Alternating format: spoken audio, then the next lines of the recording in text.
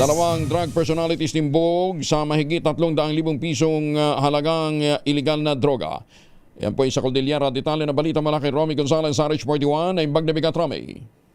Natimbog ang dalawang drug personalities at nasamsam naman ang higit sa 386,000 pisong halaga ng iligal na droga sa magkaiwalay na anti-drug operations sa Benguet, Ifugao at Baguio City.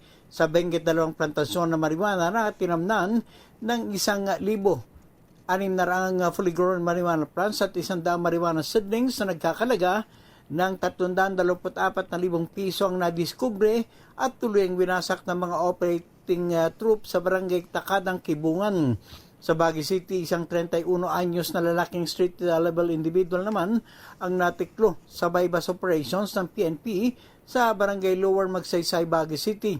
Ito matapos magbenta ng isang sachet ng Cebu na may timbang na 2.72 gramo na nagkakalaga ng 19,856 pesos sa isang operatiba na umaktong posture barrier na kumpiska sa kanyang isa pang sachet ng Cebu na may timbang na 5.81 gramo at standard drug price na 39,508 pesos. Samantalang sa Ifugao, naaresto naman ng 41 anyos na street-level individual matapos magbenta ng 3 sachet ng Cebu na may bigat na 0.43 grams na nagkakalaga ng 2,924 pesos sa barangay Tungod, Lagao, Ifugao.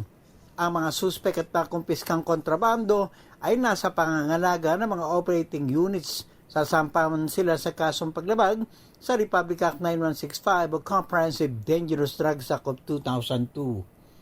Ito sa Aris 41, Romy Gonzalez para sa DZRH. Una sa Pilipinas, una sa Pilipino. Maraming salamat Romy. Diyos Legina.